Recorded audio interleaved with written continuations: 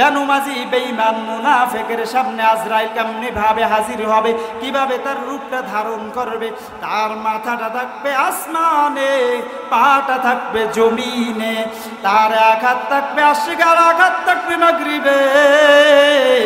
এত বড় বিশাল দেহের আকৃতি তার সামনে হাজির হবে। শুধু তাই নয়, বেনু মাজি তাকাইয়া দেখবে, বেঈমান তাকাইয়া দেখবে, আজরাইলের প্রতিটা পশমের শিরা থেকে জাহান্নামের আগুনগুলো তাকে ডাকতেছেন আর ধাউ ধাউ করে জ্বলতেছে। বেনু মাজি আজরাইলের এই আকৃতি দেখিয়া বেনু মাজি ছটফট করা আরম্ভ করে দিবে। বেনু মাজির চক্ষুটা উল্টিয়ে যাবে। দুনিয়ার মানুষ বাহ্যিক দিক থেকে সেটা কল্পনাও করতে পারবে না। বেনু মাজি বেঈমানের মৃত্যুটা এত কষ্টের হবে, আল্লাহর নবী বলেন তার এত পরিমাণে পানির পিপাসা লাগবে, এক সাগর পরিমাণেও যদি তাকে পানি পান করানো হয়, এরপরেও তার পানির পিপাসা নিবারণ হবে না। বেনু মাজি আজরাইলকে দেখিয়া তার রুহুটা ছটফট করতে থাকবে, প্রতিটা শিরায় শিরায় পালায়ন করতে থাকবে। রুহুটা শরীর থেকে বাহির হতে চাইবে না। অনেক সময় দেখা যায় বেনু মাজির এমন অবস্থা হয়, মৃত্যুর সময় প্রস্রাব পায়খানা পর্যন্ত করে দেয়, জিহ্বাটা পুষ্ট হয়ে যায়। ইমাম সাহেবদের নিয়ে যায়, মুয়াজ্জিম সাহেবকে নিয়ে যায়, বলে হুজুর কালিমা পড়ান। জিহ্বা পুষ্ট হয়ে যায়, কিন্তু জবান থেকে কালিমা বাহির হয় না, কারণ ও আমার আল্লাহর গোলামি করে না, ও দুনিয়ার গোলামি করেছে। এই জন্য যেহেতু আল্লাহর গোলাম না, মালিকের নামটাও তার জবান থেকে বাহির হবে না। শুধু তাই নয়, বেনু মাজির রুহুটা শরীর থেকে বাহির হতে যাবে না। আজরাইল খাপ করে ধরে তার রুহুটা খামচিয়ে বের করবেন। এরপরে বেনু মাজি ব্যক্তি আফসোস করতে থাকবে আর কান্না করতে থাকবে, জ্বালাতন শুরু হয়ে যাবে। শুধু তাই নয়, বেনু মাজিকে জানাজার নামাজ পড়ানোর পর তাকে যখন কবরে রাখা হবে, কবরে রাখার পরে কবরে যখন মুনকার নেকির ফেরেশতা আসবেন, ফেরেশতা আসিয়া তাকে প্রশ্ন করবেন, মান রব্বুকা ওয়া মান দীনুকা ওয়া মান নাবিয়ুকা। দুনিয়াতে থাকা অবস্থায় রবের হুকুম মানে নাই, নামাজ পড়ে নাই, তিনি রব আল্লাহ বলতে পারবেন না। ওয়া মান নাবিয়ুকা, নবীর হুকুম নবীর সুন্নাত তরিকায় চলে নাই, নবীর সুন্নাত আদায় করে নাই। শুক্রবার দিনও জুমার নামাজে আসলে ফরজ করিয়ে সুন্নাত না পড়ে বাহির হয়ে যায়, আসে না নাই? এই বান্দারা ওই দিন বলতে পারবে না, কবরে বলতে পারবে না যে আমার নবী মুহাম্মদ সাল্লাল্লাহু আলাইহি ওয়াসাল্লাম, জবানটা বন্ধ হয়ে যাবে, আমার নবীর কথা বলতে পারবে না। ওয়ামান দিনুকা, দিনের প্রথম স্তর, প্রথম আদেশ হচ্ছে নামাজ। এই নামাজটা যেহেতু সে পড়ে নাই, অতএব তার কবরের সাথে জাহান্নামের সাথে সংযোগ করিয়া দেওয়া হবে। বেনু মাজির কবরে একটি নয়, দুটি নয়, 99টা সাপ আসিয়া বেনু মাজিকে ধ্বংসন করতে থাকবে। আর ওই সাপগুলো এতটাই বিষাক্ত, দুনিয়ার কোনো সাপ নয়। সেই সাপগুলো যদি দুনিয়াতে একবার হাউসি দিত, একবার হা করতো, তাহলে এই দুনিয়ার জমিনে কোনোদিন ফসল উৎপাদন হতো না, দুনিয়ার জমিন পুরে সারখার হয়ে যেত। এরকমের বিষাক্ত সাপ তাকে ধ্বংসন করতে থাকবে। প্রতি 5 ওয়াক্ত নামাজের সময় তাকে ধ্বংসন করতে থাকবে। একবার এক ঠুকরানির কারণে একবার ধ্বংস হইয়া তিনি 70 গজ মাটির নিচে চলে যাবে। আউযু বিল্লাহি মিনাশ শাইতানির রাজীম।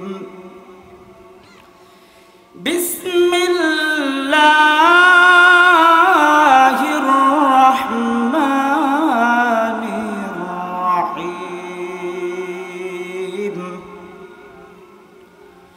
وما خلقت الجن والإنس إلا ليعبدون.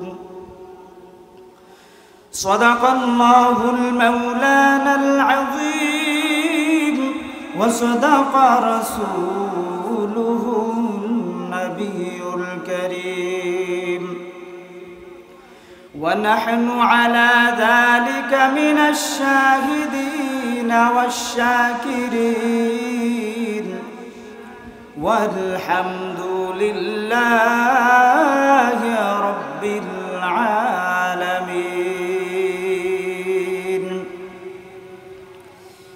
اللهم صل على محمد وعلى آل محمد كما صليت على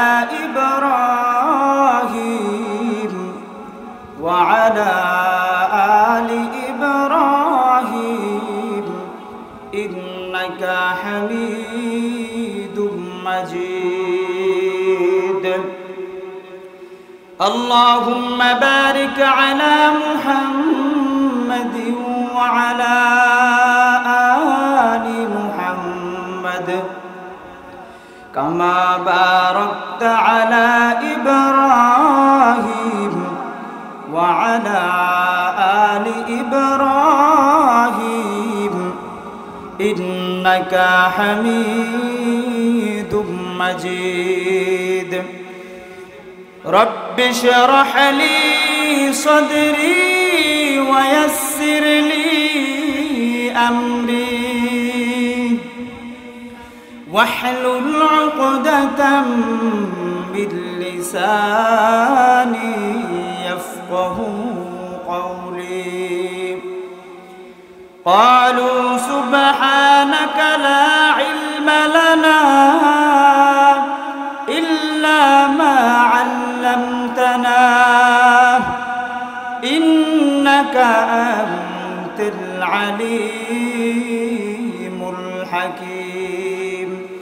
সকলে জিকির করি লা ইলাহা ইল্লাল্লাহ লা ইলাহা ইল্লাল্লাহ লা ইলাহা ইল্লাল্লাহ লা ইলাহা ইল্লাল্লাহ লা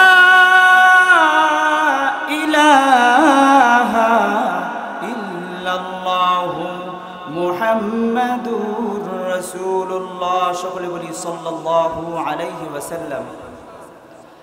রায়পাশা কেন্দ্রীয় মোল্লার জামে মসজিদ ও আলমাদানিয়া মোহাম্মদিয়া নুরানি হাফিজি মাদ্রাসার উদ্যোগে একদিন ব্যাপী বাৎসরিক তাফসিরুল কুরআন ওয়াজ মাহফিলের সম্মানিত সভাপতি বিশিষ্ট আলেমে দ্বীন জনাব মৌলভী মোহাম্মদ আব্দুল আজিজ সরদার সাহেব দামাত বরকাতুহুমুল আলিয়া, ইমাম ও খতিব কেন্দ্রীয় মোল্লার জামে মসজিদ বরিশাল সদর বরিশাল। অধ্যকার মাহফিলের প্রধান অতিথি জনাব আলহাজ মনিরুজ্জামান, সভাপতি ১ নং রায়পাশা করাপুর ইউনিয়ন উন্নয়ন পরিষদ ও ভারপ্রাপ্ত সভাপতি ১ নং রায়পাশা করাপুর ইউনিয়ন বিএনপি।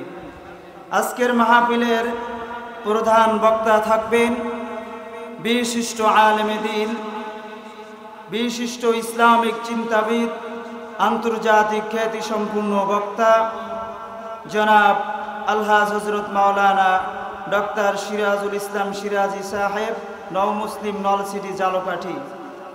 আজকের মাহফিলে আরও বিশেষ অতিথি থাকবেন জনাব মোহাম্মদ নিজামুদ্দিন হাওলাদার, বিশিষ্ট সমাজসেবক ও সাবেক সিনিয়র সহসভাপতি ১ নং রায়পাশা করাপুর ইউনিয়ন বিএনপি।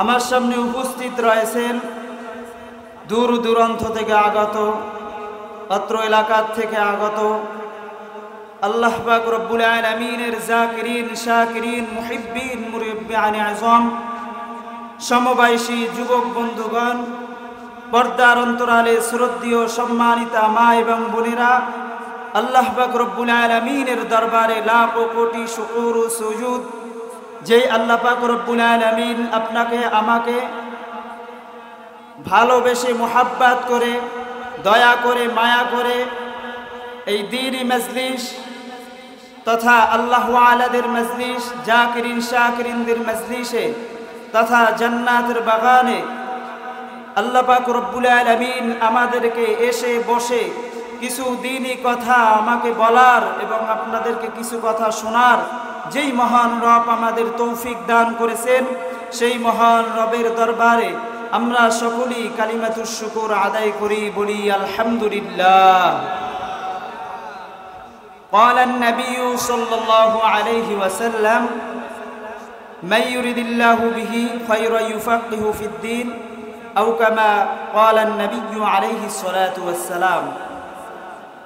আল্লাহর পয়গম্বর জনাব মুহাম্মদুর রাসূলুল্লাহ সাল্লাল্লাহু আলাইহি ওয়াসাল্লাম তিনি বলেন, আল্লাহ পাক রব্বুল আলামিন যেই সকল বান্দাদেরকে ভালোবাসেন, মোহাব্বত করেন, পছন্দ করেন, ওই সকল বান্দাদেরকে আল্লাহ পাক রব্বুল আলামিন দ্বীনের সহিহ বুঝ দান করে দেন, বলেন সুবহানাল্লাহ।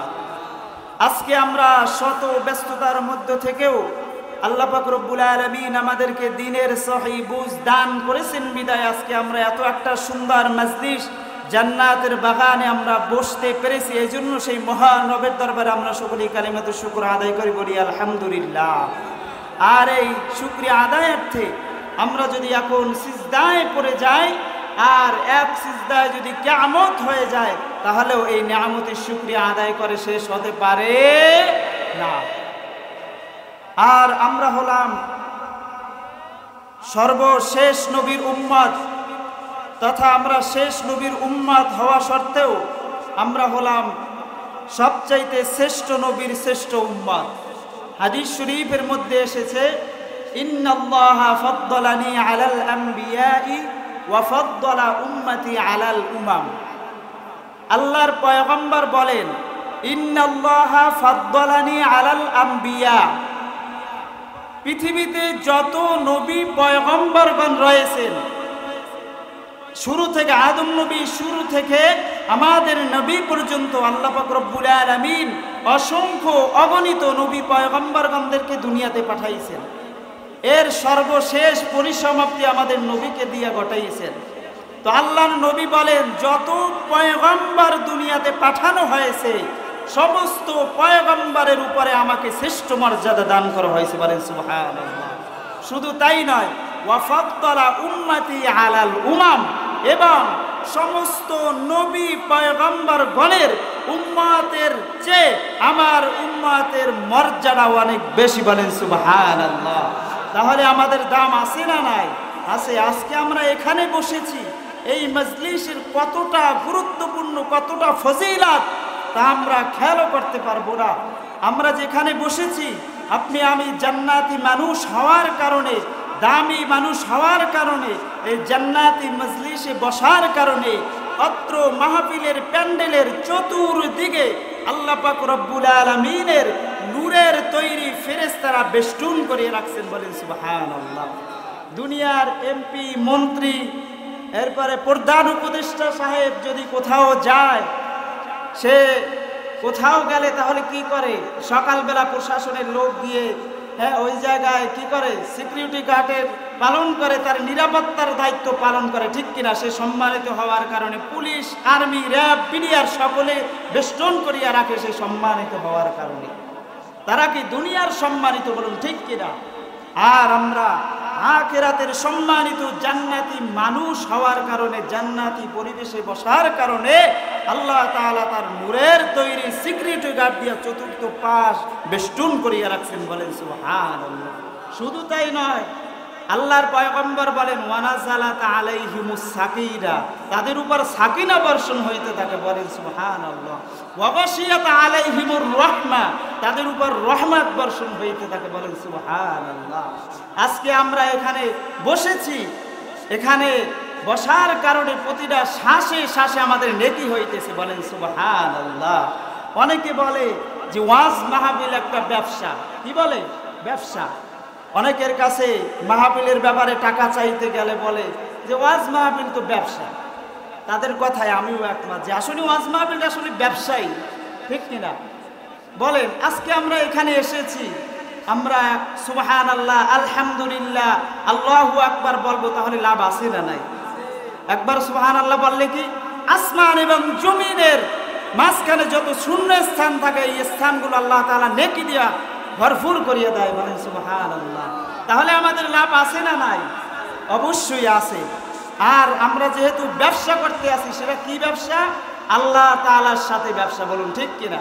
এখন আমরা মাহফিলে ব্যবসা করতে আসলাম, যদি কোনো বান্দা ব্যবসা করে, সে যদি ব্যবসায় ইনভেস্ট করে, এরপরে যদি সে বাসায় আইসা নাকি তেল দিয়ে ঘুমায়, তাহলে কি বলেন? ব্যবসায় লাভবান হইবে নাকি লস হইবে? সবাই কথা বলেন, লাভবান হবে নাকি লস হবে? লস হবে অবশ্যই। যেহেতু আমরা আল্লাহ তাআলার সাথে ব্যবসা করতে আসছি, আর আমরা যদি এখানে মুখ বুজে মুখ বন্ধ করে বসে থাকি, তাহলে ব্যবসায় লাভ হবে না লস হবে? অবশ্যই লস হবে। যেহেতু আমরা এখানে আসছি, বসছি, যখন সুবহানাল্লাহ বলতে তখন আমরা সুবহানাল্লাহ বলবো, যখন আমাদের আলহামদুলিল্লাহ বলতে হয় তখন আমরা কি করব? আলহামদুলিল্লাহ বলবো। সবাই রাজি আছি তো ইনশাআল্লাহ? আল্লাহ পাক রব্বুল আলামিন আমাদের সকলকে তৌফিক দান করুক, সবাই বলি আমিন। আল্লাহ পাক রব্বুল আলামিন আসমান, জমিন, গ্রহ, নক্ষত্র সব কিছু সৃষ্টি করার পর এরপরে আল্লাহ পাক রব্বুল আলামিন পৃথিবীর জমিনে মানুষ পাঠিয়েছেন। কিসের জন্য পাঠাইছেন? কোনো উদ্দেশ্য আছে না নাই? আল্লাহ পাক রব্বুল আলামিন বলেন, আফা হাসিবতুম আন্নামা খালাকনাকুম আবাসা, ওহে মানুষ, তোমরা কি মনে করেছো তোমাদেরকে আমি অহেতুক বানিয়েছি?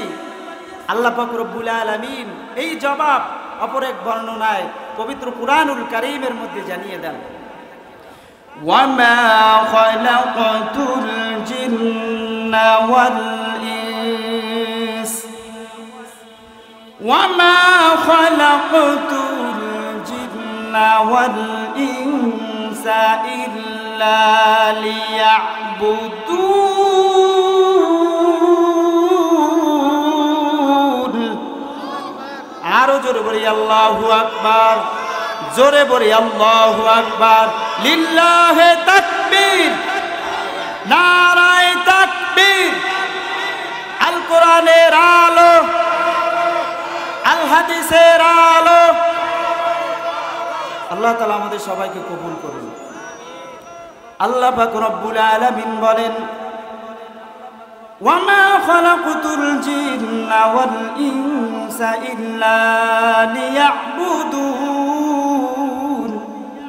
আল্লাহ পাক রব্বুল আলামিন বলেন, আমি মানুষ এবং জিনদেরকে অন্য কোনো উদ্দেশ্যে সৃষ্টি করিনি, কেবলমাত্র আমি রব আল্লাহ সৃষ্টি করেছি আমার গোলামি করার জন্য। কার গোলামির জন্য? জোরে বলতে হবে আমরা কার গোলাম, আরো জোরে বলতে হবে কার গোলাম।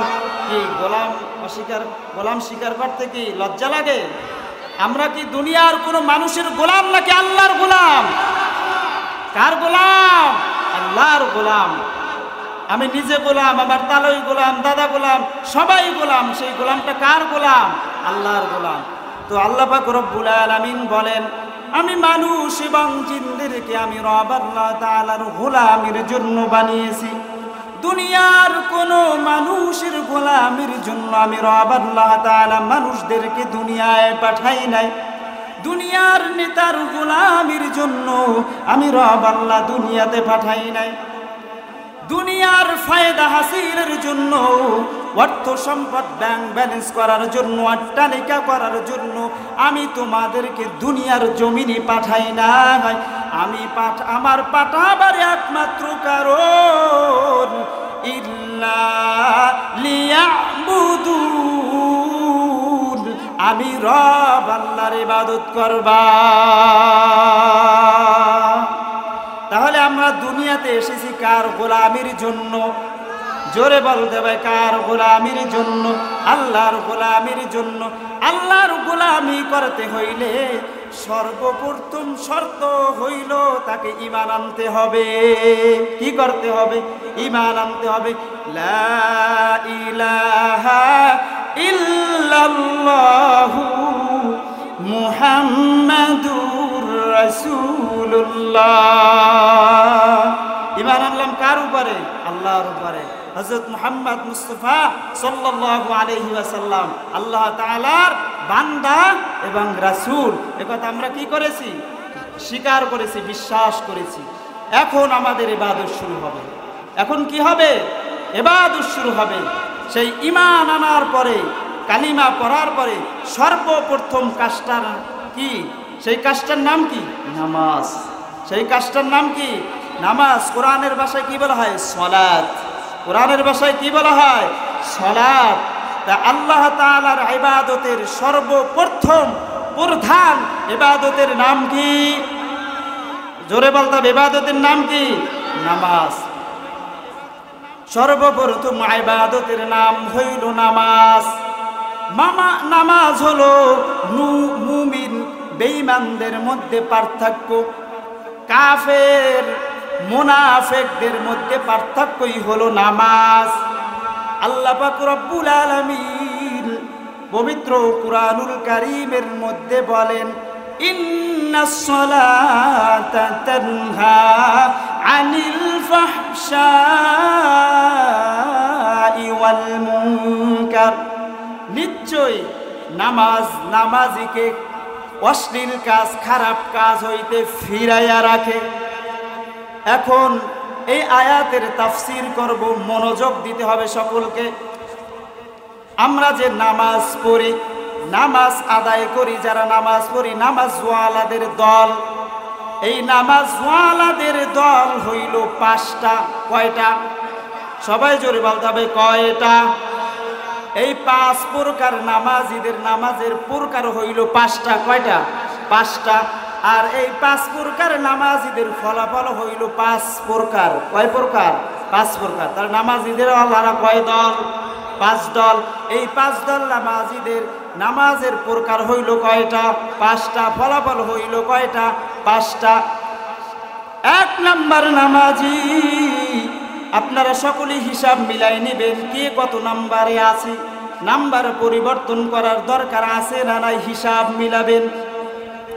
1 নাম্বার নামাজি যারা মাঝে মধ্যে নামাজ পড়ে, মাঝে মধ্যে নামাজ ছাড়ে, এরকমের ব্যক্তি আছে না নাই?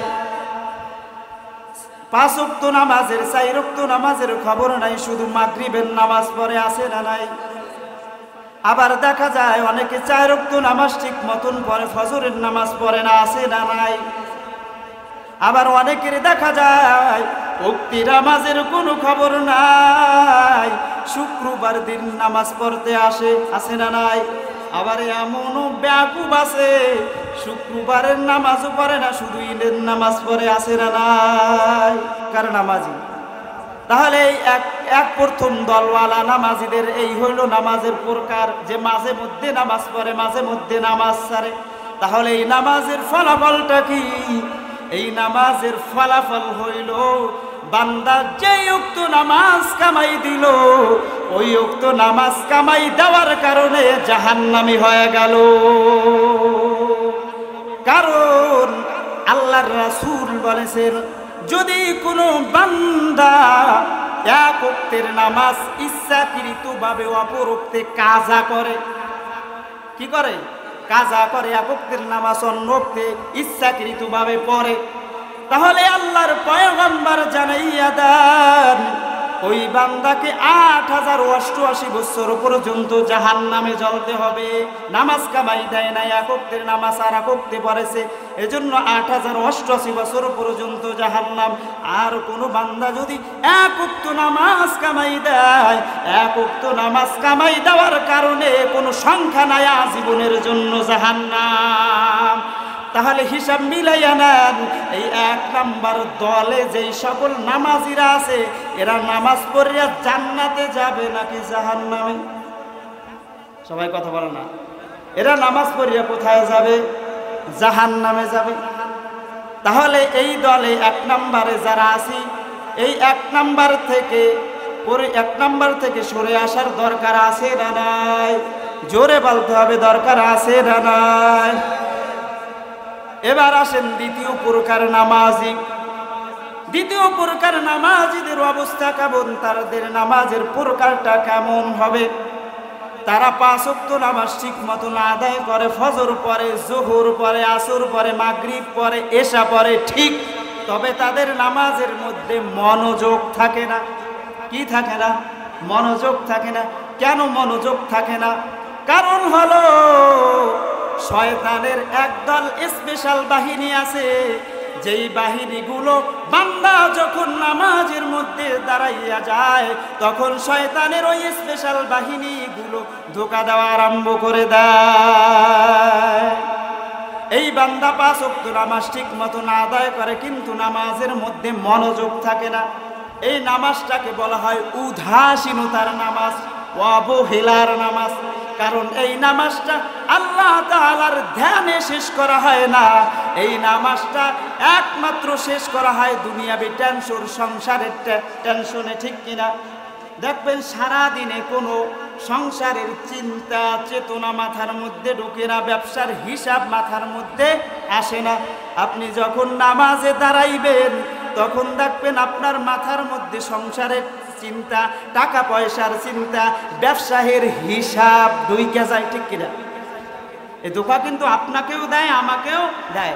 তবে আমাকে যখন দেয় তখন আমি টের পাই, আপনাদের বললে আপনারাও টের পাবেন। সেটা কেমনে টের পাবেন? যে সারা দিনে দেখবেন কোনো চিন্তা নাই, টেনশন নাই, পেরেশানির কোনো কারণ নাই, সারা দিনে কোনো পেরেশানি নাই। যখন নামাজে দাঁড়াইবেন তখন মাথার মধ্যে টেনশন আসিয়া ঘুরবে, তখনই মনে করবেন যে শয়তানের স্পেশাল বাহিনীর হামলা।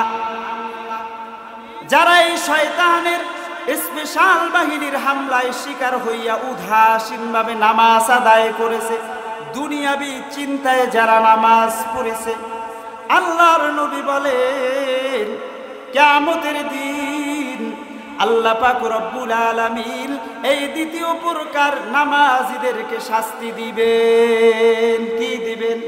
শাস্তি দিবেন। কিসের জন্য? নামাজের মধ্যে অমনোযোগতার কারণে। কিসের জন্য? নামাজের মধ্যে অমনোযোগী, অমনস্ক হওয়ার কারণে। তাহলে আমরা কে কে রাজি আছি যে কিয়ামতের ময়দানে 50,000 বছর পর্যন্ত আমরা শাস্তি ভোগ করবো? এমন কোন নামাজি আছি? পারবো? বলেন। 50,000 বছর আযাব ভোগ করা সম্ভব? সম্ভব না। তাহলে এই প্রকার নামাজি নামাজ পড়িয়াও কি করা লাগবে? শাস্তি ভোগ করা লাগবে। তাহলে দ্বিতীয় প্রকারের মধ্যে আমরা যারা আছি, আমাদের নামাজের প্রকারটা, দলটা পরিবর্তন করার দরকার আছে না নাই?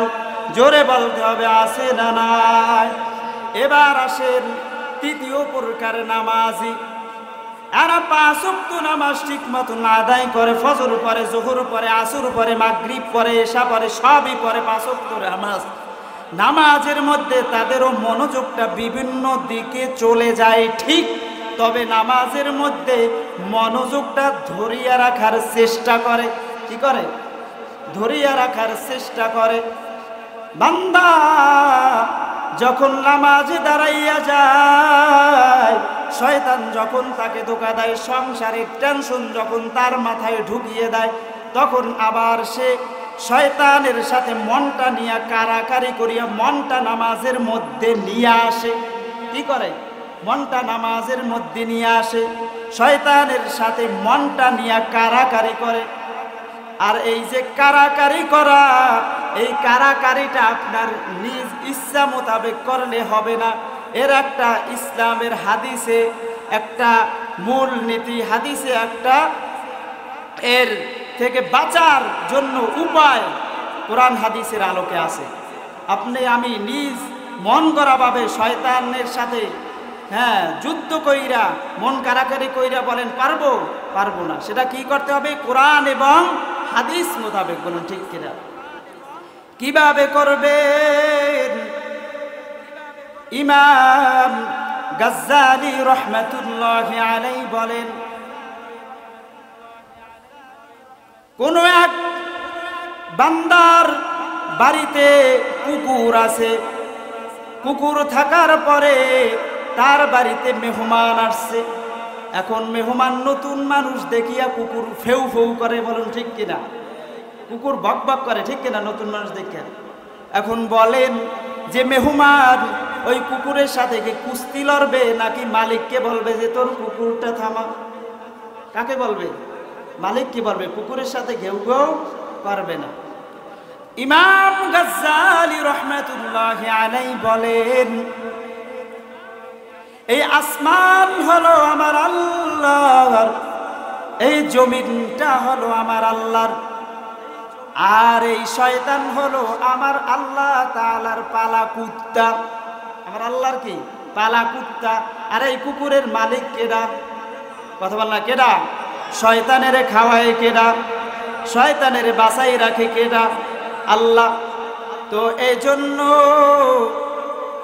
আল্লাহ তাআলার কুকুর থেকে পানা চাবে কিভাবে? মুমিন বান্দা যখন নামাজে দাঁড়াবে, নামাজে দাঁড়ানোর পূর্বে মুমিন বান্দা আল্লাহ তাআলার দরবারে অ্যাপ্লিকেশন করবে, আল্লাহ তোমার কুকুরের সাথে আমি কুস্তি লড়তে পারবো না, তোমার কুকুরটা তুমি থামাও।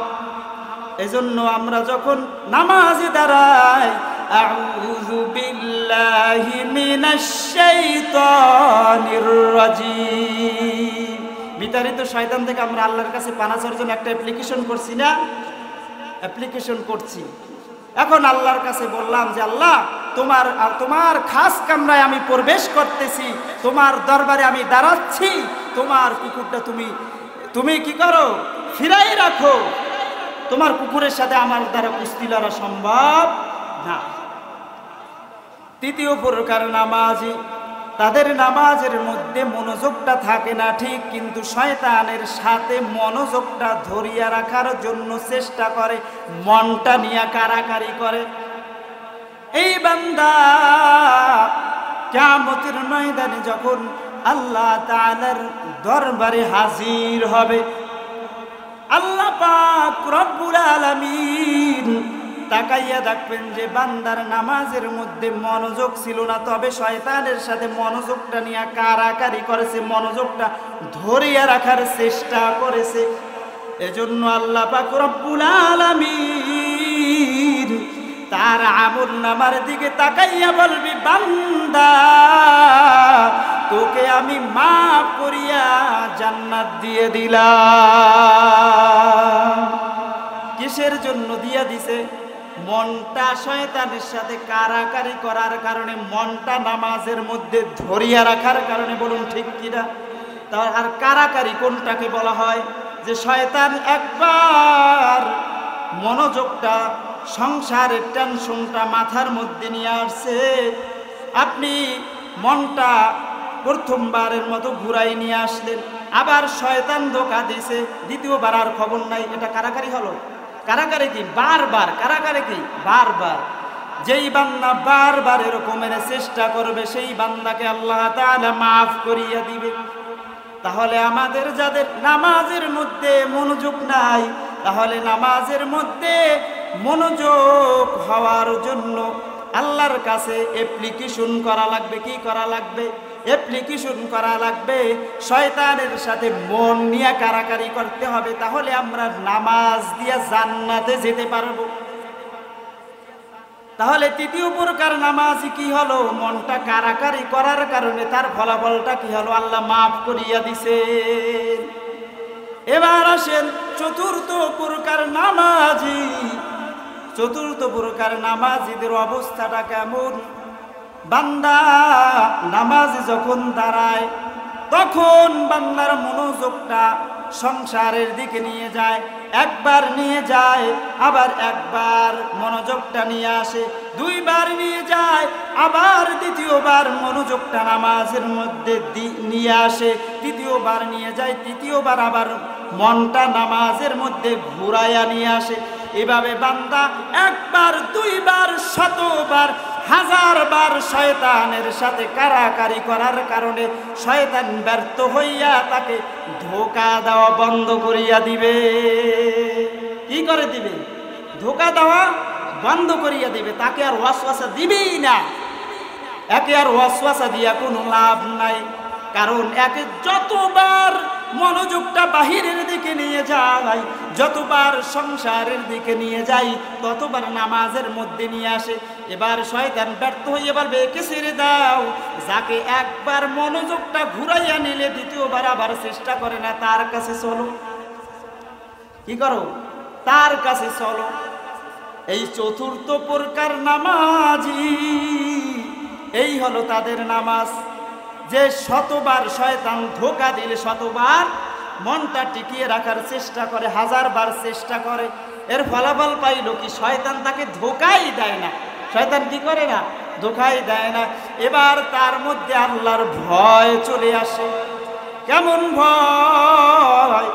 নামাজে যখন দাঁড়ায়, হায় আমি আল্লাহর কাঠ ঘুরায় দাঁড়াইছি, আল্লাহ তাআলার ভয়। দুনিয়ার কোনো টেনশন নাই, দুনিয়ার কি নাই?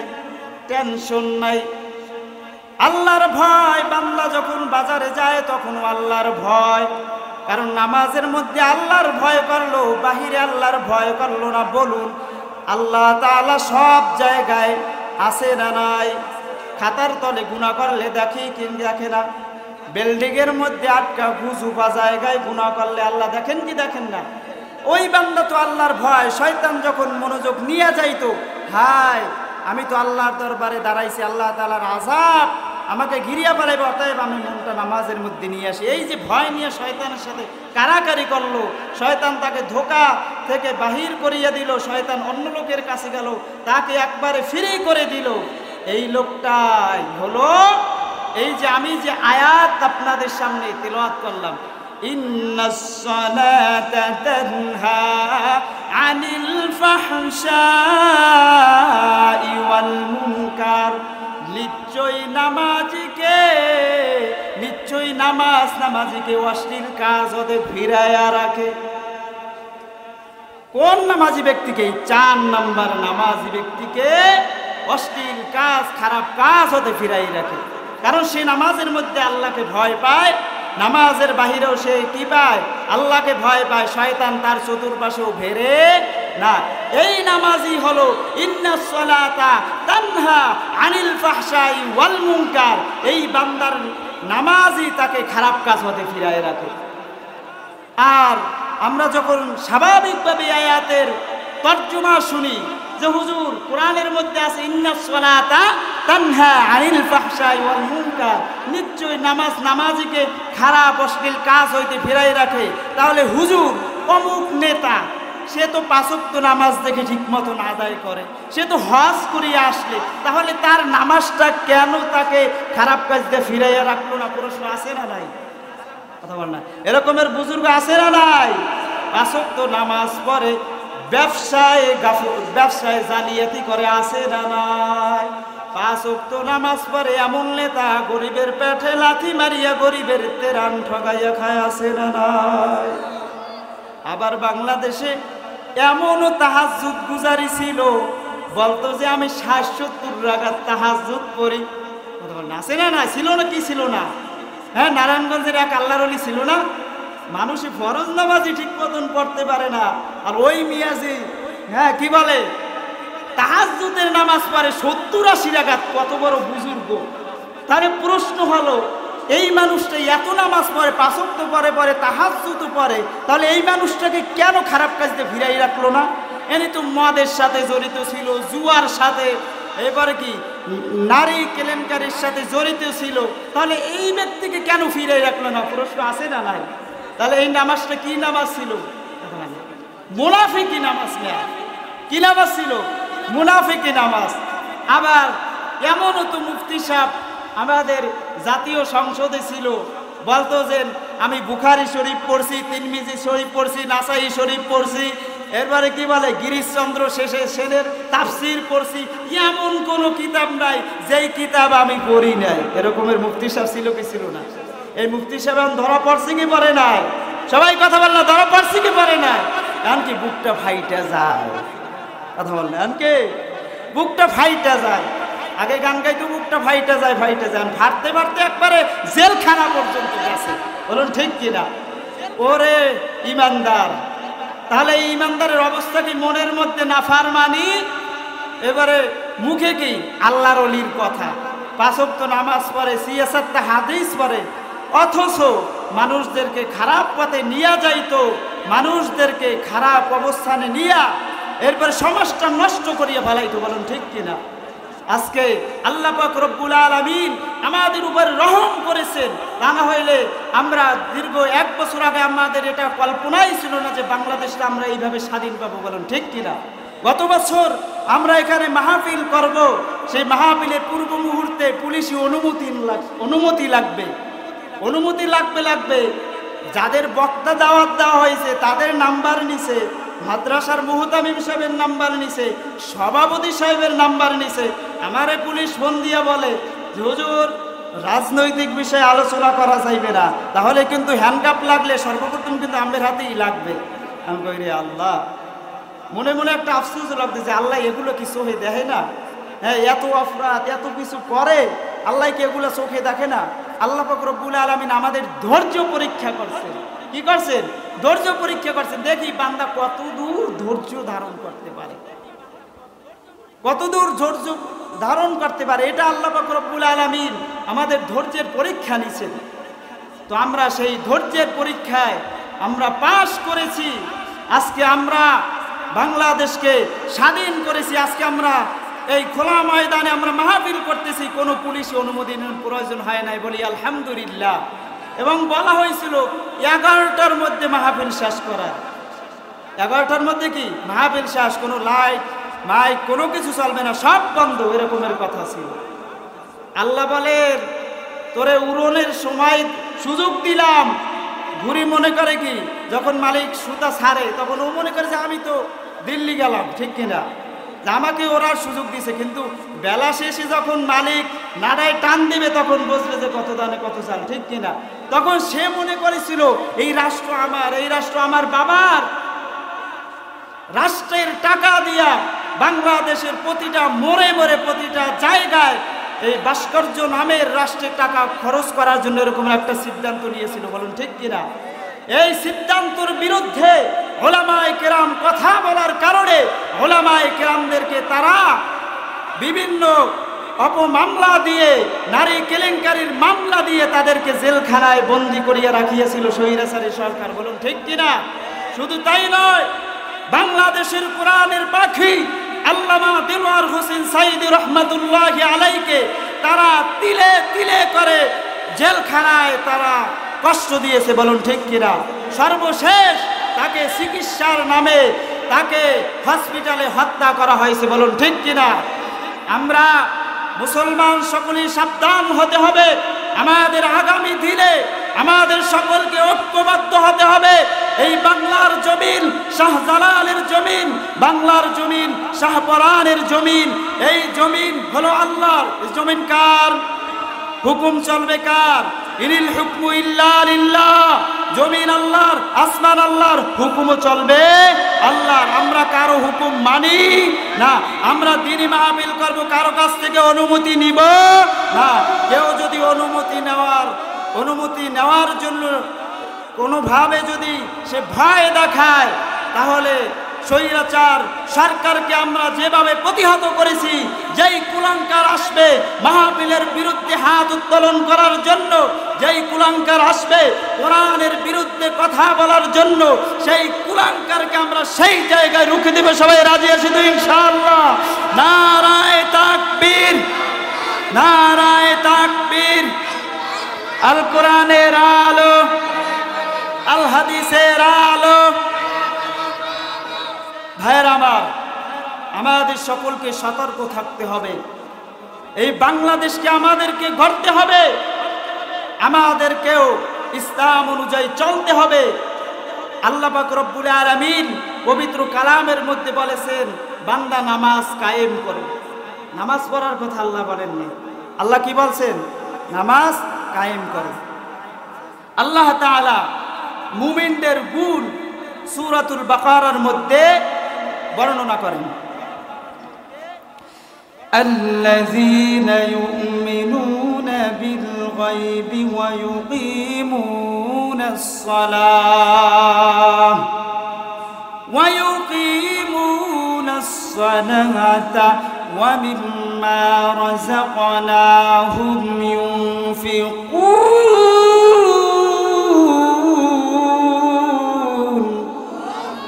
আল্লাহ পাক রব্বুল আলামিন মুমিনদের গুণ বর্ণনা করেন। মুমিনদের এক নাম্বার গুণ হলো আল্লাযীনা ইউমিনুনা বিল গায়ব, তারা অদৃশ্যের প্রতি ঈমান আনে তথা আল্লাহ তাআলার উপর ঈমান আনে। আমি রব আল্লাহ তাআলাকে দেখি না, তবে রব আল্লাহ আমাকে দেখতেছেন। আল্লাহ তাআলা চিরঞ্জীব, সব বিচার তার হাতে, সব ক্ষমতা তার হাতে। এই বিশ্বাস করা হলো মুমিনের এক নাম্বার গুণ। দ্বিতীয় নাম্বার গুণ হলো আল্লাযীনা ইউমিনুনা বিল গায়বি ওয়া ইউকিমুনাস সালাহ। মুমিন বান্দা নামাজ কায়েম করে। কি করে? নামাজ কায়েম করে। والذين يؤمنون بالغيب ويقيمون الصلاة ومما رزقناهم ينفقون। এবং বান্দাকে যেই সম্পদ আমি রব আল্লাহ দান করেছি, ওই সম্পদ হতে আমার রাস্তায় দান করে। মুমিনদের কয়টা গুণ? তিনটা গুণ। তারা অদৃশ্যের প্রতি ঈমান আনে, আল্লাহ তাআলার উপর ঈমান আনে, তাকদীরের উপর ঈমান আনে। বলুন ঠিক কিনা? আমরা ছোটবেলার দিকে চলে যাই। ছোটবেলায় আমরা একটা কায়দা পড়তাম, কায়দাটার নাম হলো বাগদাদি কায়দা। বাগদাদি কায়দা, সেই কায়দার মধ্যে আছে আমানতু বিল্লাহ। সবাই জানি তো এটা। ওয়া মালাইকাতিহি ওয়া কুতুবিহি ওয়া রুসুলিহি ওয়াল ইয়াউমিল আখির ওয়াল কদরি খাইরিহি وشره من الله تعالى والبعث بعد الموت। آمنت بالله সর্বপ্রথম এক আল্লাহর উপর, ফেরেশতাদের উপর, ওয়া কুতুবিহি আসমানের কিতাবের উপর, এই সকল বিষয়ের উপর আমাদের ঈমান আছে না নাই? ওয়াল কদরি খাইরিহি, তাকদীরের প্রতি ঈমান আছে না নাই? মারা যাওয়ার পরে আমাদেরকে পুনরায় জীবিত করা হবে, হিসাব দিতে হবে, তার উপর ঈমান আছে না নাই? এই যে ঈমান আনলো, এর নাম হইল মুত্তাকিদের এক নাম্বার গুণ। এর নাম কি? মুত্তাকিদের এক নাম্বার গুণ। দ্বিতীয় গুণের নাম হইল নামাজ কায়েম করবে। যেই বান্দা নামাজ পড়ে না, ওই বান্দা যদি দাবি করে আমি মুমিন মুত্তাকি, ও আসলে মুমিন মুত্তাকি না, ও হইল সবচাইতে বড় কুলঙ্কার। কারণ কেমন ঈমান এনেছে, আল্লাহ ওর যে গুণ দিয়েছে সেই গুণের মাপকাঠির মধ্যেও নাই। আল্লাহ যে নীতিমালা দিছে সেই নীতিমালার মধ্যেও নাই। সেই নীতিমালার মধ্যে কি ও নাই? তাহলে কোনো ব্যক্তি যদি নিজেকে বড়, কি বলে, বড় মুফতি সাহেব, ভালো মানুষ যদি মনে করে, আর সে যদি নামাজ নাই পড়ে, তাহলে কি সে কি ভালো না বন্ড? ভালো না বন্ড? সে কি সবচাইতে বড় গাদ্দার নিকৃষ্ট ব্যক্তি হলো ওই ব্যক্তি। কেউ যদি বলে অমুক মেহনতি মানুষ, অমুক দরদি মানুষ, এ দরদি, সে আসল দরদি না। এই দরদির মধ্যে একটু ঘাবলা আছে। দরদির মধ্যে কি আছে? ঘাবলা আছে। কি আছে? ঘাবলা আছে। কারণ সে আল্লাহর হুকুমই মানে না। তাহলে সে আবার ভালো মানুষ হইল কেমনে? তার মালিকের কথাই সে মানে না, তাহলে সে ভালো মানুষ হইলে কেন? বলেন ঠিক কিনা? একজন যদি বলে আমি আদর্শবান মানুষ, ছেলেটা অনেক ভদ্র, অথচ মা বাবার সাথে বেয়াদবি করে, এরকমের আছে না নাই? তাহলে কি বলে? সে ভালো ব্যক্তি।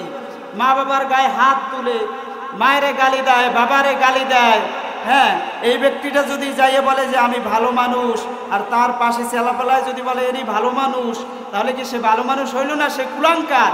যে মা বাপ যে কষ্ট করে জন্ম দিল, তারই সেবা করতে পারলি না, তাহলে আমার সেবাটা কেমন করবি? প্রশ্ন আছে না নাই? কথার মধ্যে গাবলা আছে না নাই? ভাইয়েরা আমার, 5 প্রকার নামাজিদের 4 প্রকার বলেছিলাম। 4 প্রকার নামাজিদেরকে শয়তান ধোঁকা দিবে না, তার নামাজ তাকে খারাপ অশ্লীল কাজ হতে ফিরায় রাখবে। এরপরে 5ম নম্বরে একটা নামাজ আছে, সে নামাজটাকে বলা হয় সলাতুল আম্বিয়া। আম্বিয়ায়ে কেরামদের নামাজ। সমস্ত নবী পয়গম্বরগণ তারা যখন দুনিয়া থেকে চিরবিদায় নিয়ে চলে যান, তাদেরকে যখন রওজা মুবারকে দাফন করা হয়, দাফন করার সাথে সাথে তাদেরকে নামাজে দাঁড় করিয়ে দেওয়া হয়। বলেন সুবহানাল্লাহ। কিতে দাঁড় করিয়ে দেওয়া হয়? নামাজ পড়ানোর জন্য। তাহলে প্রশ্ন হলো, হুজুর কবরে বসে নামাজ পড়লে তো কোনো সওয়াব নাই, তাহলে কেন নামাজ পড়তে সময় দেওয়া হয়? এই জন্য দেওয়া হয় কারণ নামাজের মাধ্যমে আল্লাহ তাআলার সাথে মিরাজ তথা কথা বলার মজা উপভোগ করতে থাকে। কি থাকে? মজা উপভোগ করতে থাকে। আল্লাহর কিছু খাস বান্দাদেরকেও কবরের মধ্যে নামাজ পড়ার সুযোগ করে দেওয়া হয়, কুরআনুল কারীমের তেলাওয়াতের সুযোগ করে দেওয়া হয়। এটা সবের জন্য দেওয়া হয় না, আল্লাহ তাআলার সাথে কথা বলার মজা উপভোগ করার জন্য। এই 5 প্রকার নামাজটা আমাদের জন্য না, আম্বিয়া কেরামদের জন্য ছেড়ে দিলাম। আমাদের অন্তত পক্ষে 3 নাম্বার এবং 4 নাম্বার নামাজিদের কাতারে থাকতে হবে। কয় নাম্বার? 3 নাম্বার এবং 4 নাম্বার নামাজিদের কাতারে যদি আমরা থাকতে পারি, তাহলে কিয়ামতের দিনে আল্লাহর কাছে ছাড় পাবো। তাহলে আমরা ছাড় পাবো না। আমরা যারা 1 নাম্বার 2 নাম্বারের কাতারে যারা আছি, তাদের কি এই নামাজ দ্বারা মাপ পাওয়া যাবে না? আর নামাজ হইল কিয়ামতের দিন সর্বপ্রথম হিসাব হবে নামাজের। আউয়ালু মা ইউহাসাবু বিহিল আবদু ইয়াউমাল কিয়ামাতিস সালাহ। কিয়ামতের ময়দানে সর্বপ্রথম নামাজের হিসাব হয়ে যাবে। এই নামাজের হিসাবে যেই বান্দা ধরা খেয়ে যাবে, ওই বান্দার আর রেহাই নাই, তার জন্য জাহান্নাম অবধারিত। আপনি দুনিয়াতে বসিয়া যতই সবের কাজ করুন না কেন, যতই ভালো কাজ করুন না কেন, আল্লাহ তাআলার সর্বপ্রথম আদেশটায় যদি ধরা খেয়ে যান, তাহলে আপনার আর কোনো ছাড়া নাই, দোজখ ছাড়া আর কোনো উপায় নাই। ভাইয়ের আমার, আজকে আমরা এখানে মাহফিল ময়দানে এসেছি। মাহফিল শোনা সওয়াবের কাজ, সুবহানাল্লাহ আলহামদুলিল্লাহ বলা সওয়াবের কাজ। রাত্র 11টা 12টা পর্যন্ত শুনলাম, কিন্তু ফজরের নামাজটা পড়লাম না। এই ওয়াজ শোনার কোনো দাম নাই। আল্লাহর পয়গম্বর বলেন, দুনিয়ার কোনো বান্দা এশারের নামাজ জামাতের সাথে আদায় করিয়া এবং ফজরের নামাজ যদি জামাতের সাথে আদায় করে, আমি রব আল্লাহ সারা রাত্র ইবাদত করার সব তার আমল নামায় দিয়ে দিব। তার আমল নামায় আমি সব দিয়ে দিব। আর যারা নামাজ পড়বে না, তাদের শাস্তিটা কেমন হবে? তাদের শাস্তি কিয়ামত থেকে শুরু হবে না, তাদের শাস্তি শুরু হবে মৃত্যু থেকে, আজরাইল থেকে। বেনমাজি বেঈমান মুনাফিকের সামনে আজরাইল কেমনে ভাবে হাজির হবে, কিভাবে তার রূপটা ধারণ করবে? তার মাথাটা থাকবে আসমানে, পাটা থাকবে জমিনে, তার এক হাত থাকবে আশিক, আর এক হাত থাকবে মাগরিবে। এত বড় বিশাল দেহের আকৃতি তার সামনে হাজির হবে। শুধু তাই নয়, বেনমাজি তাকাইয়া দেখবে, বেঈমান তাকাইয়া দেখবে। আজরাইলের প্রতিটা পশমের শিরা থেকে জাহান্নামের আগুনগুলো তাকে ডাকতেছে, আর ধাউ ধাউ করে জ্বলতেছে। বেনমাজি আজরাইলের এই আকৃতি দেখিয়া বেনমাজি ছটফট করা আরম্ভ করে দিবে। বেনমাজির চক্ষুটা উল্টিয়ে যাবে। দুনিয়ার মানুষ বাহ্যিক দিক থেকে সেটা কল্পনাও করতে পারবে না। বেনমাজি বেঈমানের মৃত্যুটা এত কষ্টের হবে, আল্লাহর নবী বলেন তার এত পরিমাণে পানির পিপাসা লাগবে, 1 সাগর পরিমাণেও যদি তাকে পানি পান করানো হয়, এরপরেও তার পানির পিপাসা নিবারণ হবে না। বেনমাজি আজরাইলকে দেখিয়া তার রুহুটা ছটফট করতে থাকবে, প্রতিটা শিরায় শিরায় পালায়ন করতে থাকবে। রুহুটা শরীর থেকে বাহির হতে চাইবে না। অনেক অনেক সময় দেখা যায় বেনমাজির এমন অবস্থা হয়, মৃত্যুর সময় প্রস্রাব পায়খানা পর্যন্ত করে দেয়, জিহ্বাটা পুষ্ট হয়ে যায়। ইমাম সাহেবদের নিয়ে যায়, মুয়াজ্জিম সাহেবকে নিয়ে যায়, বলে হুজুর কালিমা পড়ান। জিহ্বা পুষ্ট হয়ে যায়, কিন্তু জবান থেকে কালিমা বাহির হয় না, কারণ ও আমার আল্লাহর গোলামি করে না, ও দুনিয়ার গোলামি করেছে। এই জন্য যেহেতু আল্লাহর গোলাম না, মালিকের নামটাও তার জবান থেকে বাহির হবে না। শুধু তাই নয়, বেনমাজির রুহুটা শরীর থেকে বাহির হতে যাবে না, আজরাইল খাপ করে ধরে তার রুহুটা খামচিয়ে বের করবেন। এরপরে বেনমাজি ব্যক্তি আফসোস করতে থাকবে আর কান্না করতে থাকবে, জ্বালাতন শুরু হয়ে যাবে। শুধু তাই নয়, বেনমাজিকে জানাজার নামাজ পড়ানোর পর তাকে যখন কবরে রাখা হবে, কবরে রাখার পরে কবরে যখন মুনকার নেকির ফেরেশতা আসবেন, ফেরেশতা আসিয়া তাকে প্রশ্ন করবেন, মান রব্বুকা ওয়া মান দীনুকা ওয়া মান নাবিয়ুকা। দুনিয়াতে থাকা অবস্থায় রবের হুকুম মানে নাই, নামাজ পড়ে নাই, তিনি রব আল্লাহ বলতে পারবেন না। ওয়া মান নাবিয়ুকা, নবীর হুকুম নবীর সুন্নাত তরিকায় চলে নাই, নবীর সুন্নাত আদায় করে নাই। শুক্রবার দিনও জুমার নামাজে আসলে ফরজ করিয়ে সুন্নাত না পড়িয়ে বাহির হয়ে যায়, আসে না নাই? এই বান্দারা ওই দিন বলতে পারবে না, কবরে বলতে পারবে না যে আমার নবী মুহাম্মদ সাল্লাল্লাহু আলাইহি ওয়াসাল্লাম, জবানটা বন্ধ হয়ে যাবে, আমার নবীর কথা বলতে পারবে না। ওয়ামান দীনুকা, দিনের প্রথম স্তর, প্রথম আদেশ হচ্ছে নামাজ।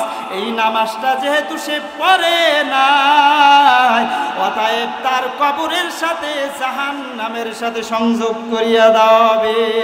বেনমাজির কবরে একটি নয়, দুটি নয়, 99টা সাপ আসিয়া বেনমাজিকে ধ্বংসন করতে থাকবে। আর ওই সাপগুলো এতটাই বিষাক্ত, দুনিয়ার কোনো সাপ নয়। সেই সাপগুলো যদি দুনিয়াতে একবার হাউসি দিত, একবার হা করতো, তাহলে এই দুনিয়ার জমিনে কোনোদিন ফসল উৎপাদন হতো না, দুনিয়ার জমিন পুরে ছারখার হয়ে যেত। এরকমের বিষাক্ত সাপ তাকে ধ্বংসন করতে থাকবে। প্রতি 5 ওয়াক্ত নামাজের সময় তাকে ধ্বংসন করতে থাকবে। একবার এক ঠুকরানির কারণে একবার ধ্বংস হইয়া তিনি 70 গজ মাটির নিচে চলে যাবে, আবার তাকে উঠানো হবে, আবার তাকে সাপে ধ্বংসন করতে থাকবে। এভাবে কিয়ামত পর্যন্ত তাকে সাপে ধ্বংসন করতে থাকবে। ও পর্দার অন্তরালের মা, ও মুরব্বী বাবাজি, ও যুবক ভাই, নামাজ না পড়িয়া যদি কবরে যাও, ওই কবরের মাটি, ওই কবরের আযাবের সাপ তোমাকে আমাকে কিন্তু ছাড়বে না। আপনি আমি আগামী কালকে বাঁচবো, সামনের বছর বাঁচবো, আবার মাহফিলে বসবো, তার কোনো গ্যারান্টি নাই, তার কোনো কি নাই, গ্যারান্টি নাই। অতএব আজ থেকে আমরা সকলেই তওবা করে নিই। নামাজ যেহেতু আমার রব আল্লাহ তাআলার আদেশ, আজ থেকে আর কোনো দিন এক ওয়াক্ত নামাজ কামাই দিব না। অন্তরে যদি নিফাকি না থাকে, অন্তরে যদি মুনাফিকি না থাকে, দুটো হাত উত্তোলন করিয়া আমার রব আল্লাহ তাআলাকে দেখায়া দান। লিল্লাহে তাকবীর। আয় আল্লাহ, আপনি আমাদের সকলের তওবাকে কবুল করিয়া নেন। আয় আল্লাহ, 5 ওয়াক্ত নামাজ আমাদের আদায় করার তৌফিক দান করেন আল্লাহ। আয় আল্লাহ, পর্দার অন্তরালের সর্বান্নত মা বোনদেরকেও 5 ওয়াক্ত নামাজি বানায়া দান। অত্র এলাকার সকলকে 5 ওয়াক্ত নামাজি বানায়া দান। আয় আল্লাহ, আমরা যারা হাত উত্তোলন করিয়া তওবা করতেছি, জীবনের শেষ মুহূর্ত পর্যন্ত 5 ওয়াক্ত নামাজ আদায় করে আপনার কাছে হাজিরা দিতে পারি সেই তৌফিক দান করেন। আমিন আমিন সুম্মা আমিন। সকলে হাত নামাই। ওয়া আখির দাওয়ানা আলহামদুলিল্লাহি রাব্বিল আলামিন।